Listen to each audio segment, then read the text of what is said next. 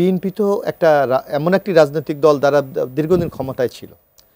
সে যেমন সরকারি দলের অভিজ্ঞতায় সে পরিপূর্ণ, বিরোধী দলের অভিজ্ঞতাও সে পরিপূর্ণ, আবার বিরোধী দলের বাইরেও যেমন আওয়ামী লীগের আমলে সে কিন্তু কোনো দলেই ছিল না। অর্থাৎ নানা অভিজ্ঞতা সমৃদ্ধ হয়ে তার কিন্তু একটা জায়গা তৈরি হয়েছে যে কতটুকু সে যেতে পারবে, কতটুকু পারবে না। আগামী নির্বাচনে যে হবে রাজনৈতিক দলগুলোর ম্যানিফেস্টো হবে, সেখানে বিএনপি স্পষ্ট জনগণের কাছে আবেদন জানাবে, আপনি যদি এটা সমর্থন করেন আমাকে, তাহলে আমাকে রায় দেন, আর যদি সমর্থন না করেন রায় দেন। যদি জনগণ যেই রায়টা দেবে আমি সেটা মেনে নেব। অর্থাৎ জনগণ যে সার্বভৌম সেটা কিন্তু বিএনপি স্বীকার করে নিয়েছে এবং সেই দিকে যাচ্ছে। বিএনপি মহাসচিব মির্জা ফখরুল ইসলাম আলমগীর একটা বক্তব্য কালকে তিনি বলেছেন যে কিছু রাজনৈতিক দল নানা টালবাহানা করে নির্বাচনকে পেছানোর চেষ্টা করছে, কিন্তু জনগণ সেই পুরনো রাজনীতির ফাঁদে পা দেবে না, এটি তিনি বলছেন। এই যে রাজনৈতিক দলগুলো যখন নির্বাচন নিয়ে সব রাজনৈতিক দলগুলো ফেব্রুয়ারিতে নির্বাচন একমত হচ্ছে, আবার আরেকটি বক্তব্যে আমরা দেখতে পাচ্ছি যে একই রাজনৈতিক দল অন্য রাজনৈতিক দলগুলো বলছেন যে নির্বাচন পেছানোর একটা টালবাহানা করছেন। নির্বাচন পেছানোর টালবাহানা করছেন কারা?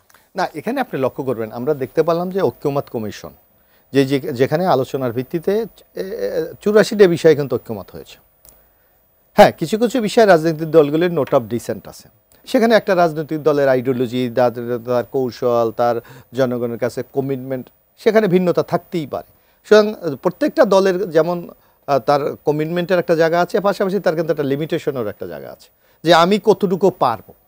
তার বলা হয় যে বিএনপি অনেকগুলো বিষয়ে নোট অফ ডিসেন্ট দিয়েছে।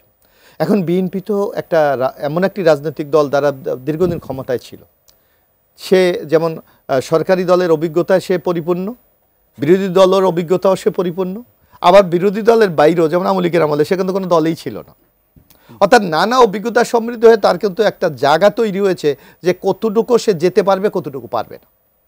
যার কারণে তার ওই লিমিটেশনটাকে সামনে রেখেই কিন্তু সে নোট অফ ডিসেন্টগুলো দিয়ে গিয়ে, তারপরে সে কিন্তু এখানে একটা ওপেন ডোর রেখে দিয়েছে। বলেছে আগামী নির্বাচনে যে হবে রাজনৈতিক দলগুলোর ম্যানিফেস্টো হবে, সেখানে বিএনপি স্পষ্ট জনগণের কাছে আবেদন জানাবে, আপনি যদি এটা সমর্থন করেন আমাকে, তাহলে আমাকে রায় দেন, আর যদি সমর্থন না করেন রায় দেন। যদি জনগণ যেই রায়টা দেবে আমি সেটা মেনে নেব। অর্থাৎ জনগণ যে সার্বভৌম সেটা কিন্তু বিএনপি স্বীকার করে নিয়েছে এবং সেই দিকে যাচ্ছে। কিন্তু কিছু কিছু রাজনৈতিক দল দেখবেন ঐক্যমত কমিশনের আলোচনায় পিআর নাই। আপনারা লক্ষ্য করবেন যে পিআর কোনো আলোচনার এজেন্ডাই ছিল না, অথচ পিআরকে সেখানে নিয়ে আসা হয়েছে। অথবা এখন দেখবেন, আমরা তো গণতন্ত্রে বিশ্বাস করি, আমরা মনে করি গণতান্ত্রিক রীতি আদর্শ মূল্যবোধ যেগুলো আছে সেগুলিকে অনুসরণ করে আমরা আগামী দিনে এগিয়ে যাব।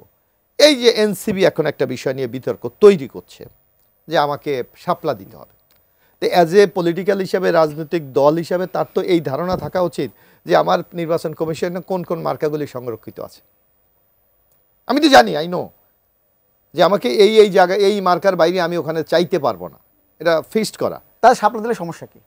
আমার তো নাই। আপনি আইন মানবেন, আবার আইনের বিরুদ্ধে আপনি কথা বলবেন।